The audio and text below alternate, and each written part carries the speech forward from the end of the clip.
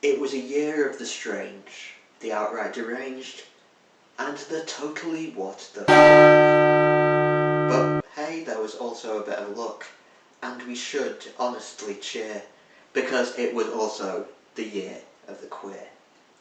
There was mad, there was bad, there was totally rad, and it became abundantly clear that the death of the superhero movie is near. It was a year in which Paddington returned to Peru, Paul Mescal became a gladiator too, and we also got Joker, Folie à Deux. Everyone wishes they hadn't bothered. Megalopolis bombed and lost all its dollar. But what did you expect from Francis Ford Coppola? The same was true of Madame Web, whilst Craven and Venom were also DOA. Deadpool and Wolverine saved another white summer. It wasn't exactly a bummer, but if I'm being totally frank, it was mostly just a lot of fun. Tim Burton's career looked like it had sank for a while. People got bored of his shtick and ran a mile. But Beetlejuice, don't you dare say it thrice, reignited his spark, bringing things home with an old magic trick, making a cult classic movie, and a future guilty little sin. The Bike Riders, however, belongs in the bin. It tried to be Easy Rider, but the wheels didn't spin. Boring and lifeless, an absolute fail. Not even Tom Hardy could save this biker gang tale. The Boy and the Heron simply soared. As always from Ghibli, it looked totally gorge. A film which was beautiful and one I adored. Drive Away Dolls brought us Matt Damon's dildo collection in a totally baffling lesbian road trip confection. A film which belongs in the what the f section. The substance, I suppose, deserves a mention. It was disgusting, but I think that was the intention. With Demi Moore on the floor, and a lot of blood and gore. It was a little bit Dorian Gray, 100% not okay, but in years to come, future film students, for this one, are going to go absolutely cray-cray. Speaking of things that were not okay, Matt Smith's Yorkshire accent in Starvaker was a real terror. Typically British in every way, this film was a psycho-folk horror of the sort I usually love. It was ruined by the ending though. Thinking of what she did to the hair? I don't want to dare. It was weird, it was strange, not exactly scary. But who are you going to call? Ghostbusters Frozen Empire, for me, was an absolute ball. It left a lot of people out in the cold, reminding everyone that Bill Murray really is that old. After the nostalgia fest of Afterlife, however, this one felt new and fresh, though I think it could have been a lot more bold. Time Stalker was definitely not cinematic gold. It failed to find a laugh, about as funny as a toaster in the bath. Though it brought us Nick Frost's fantastic turn as an absolute... The film itself was a bit of a clunker. If one nice thing about it I have to say, it's that I too would be bewitched and left helpless by Anarian Barnard's smouldering, eyeshadowed gaze. Saltburn became a meme sensation. Brideshead Revisited meets Final Destination. Barry Keoghan flashed us all, rude, and danced around a big house in the nude. That's before we get to the dirty graveyard songs and Jacob Elordi's commie bath drippings. For all the wrong reasons, this one was stunning. Oh dear God, I saw the TV glow. Tried to be a nostalgic throwback to a 90s kids TV show.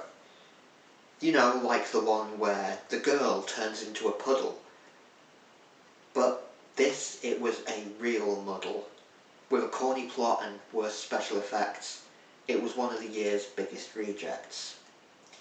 It honestly thought it was being clever. Let's move on and talk about Zendaya. Challenges promised us servings of gay, but the gay was a garnish at the end of the day.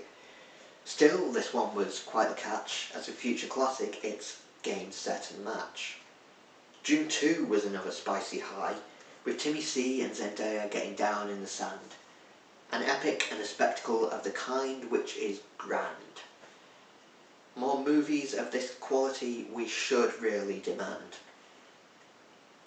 Instead, we got Gladiator 2. Not an absolute pile of poo, but my inner historian came out wanting to attack Ridley Scott with a textbook. On the bright side, if you've got an entertainment itch, you could do worse, and this was actually better than the first. Oh, you disagree?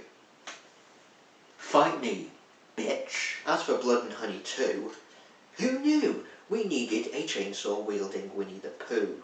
Or Tigger, as the best slasher villain in 40 years, and a creature from our darkest nightmares. It lagged in the middle, but found its feet, as the animals rampaged through an illegal rave, sending teenagers to an early grave.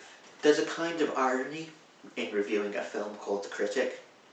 It was not memorable, it was insanely forgettable, but made worthwhile by Ian McKellen's mincing Machiavel. Back to Black was a poor quality TV special, a toxic drama of massive red flags turned into something boring and bland. I also couldn't help but feel the behind the scenes presence of some sanctifying hand. Late Night with the Devil was a pleasant surprise, and I want to give All of Us Strangers a prize. An enjoyable and odd queer fairy tale, even if the ending was a bit of a fail. La Chimera was another throwback, this time to the Italian New Wave, about an Englishman getting involved in the looted antiquities trade. Not my favourite, but worthy of a muted praise. Poor Things was strange and made little sense, but The Holdovers was par excellence. I'd have loved to see it more than once, but only because my screening was ruined by the guy behind me shitting himself, creating a stench of the most intense and giving the cinema an unexpected and unwanted fumigating. American Fiction I have more or less forgotten, but it was still alright and definitely not rotten. Unlike the end we start from, which was a complete dud, about a woman, her baby, and a massive flood. The Fall Guy looked like it might be a flop, but it kept the ball high and didn't drop. It was in fact a delight, unlike The First Omen, which was utter shite. A pointless prequel lacking in the nuance and subtlety of the original, this one has a special place in hell. Staying on the demonic side in Heretic, Hugh Grant played a nasty little prick, a conniving, creepy little shit. One of those, dear God, avoid them at all costs, middle-aged men. I enjoyed it, but the ending felt flat. Yet again. Blitz started out with echoes of John Borman's Hope and Glory, but turned into a sort of Odyssey story. A bit reminiscent of 1917. This is one I'm glad I have seen. To criticise Paddington seems quite mean, but this third outing felt a bit lean. It was on a par with average, and honestly, I expected better. And finally, whilst Wicked was deservedly defying gravity, the best of the year goes to Wicked Little Letters. A potty-mouthed Olivia Colman, and Timothy Spall reading smut with a scandalised expression made for 2 hours of the purest heaven. How this one flew under the radar I don't understand, but it was the strongest contender in a vintage cinematic year.